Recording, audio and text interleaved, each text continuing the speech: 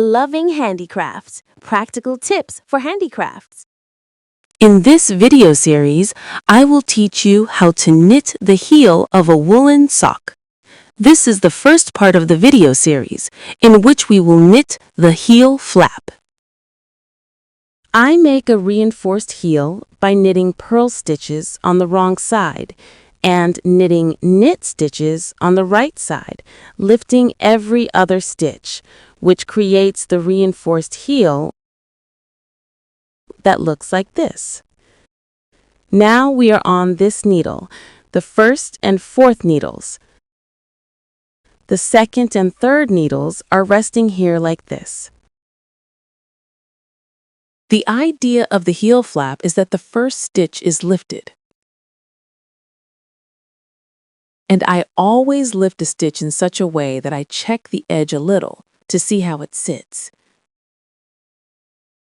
That's the best way to see how does it looks like. Well, don't worry if you lift it a little differently and it's not as smooth, because it can be prettied up with a crochet hook when we start making the gusset. On the heel flap, it's important to make sure that the last stitch is always knitted, because when you turn the work, that same stitch is always lifted. On the right side, I always leave every other stitch unknitted. In other words, I lift it and now I've started the reinforcement right away. So I lift the next stitch and then start knitting. The idea is that every time you make a lift, you do it in the same spot in the work, which creates that beautiful and symmetrical pattern. If the reinforced heel feels difficult, you can skip the reinforcement. In a woolen sock with a heel flap that is not reinforced, the first stitch is always lifted and the rest of the stitches are knitted normally, i.e., purl on the wrong side and knit on the right side.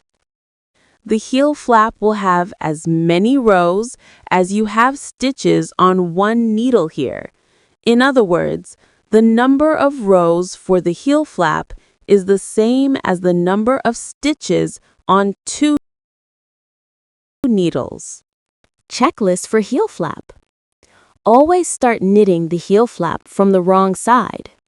Lift the first stitch. Always remember to knit the last stitch on the needle so that the work progresses. You can reinforce the heel flap by always lifting every other stitch on the right side. Knit as many rows as you have two needles. For example, if you have a total of 16 stitches on two needles, you will knit a total of 16 rows for the heel flap. If you liked, please subscribe.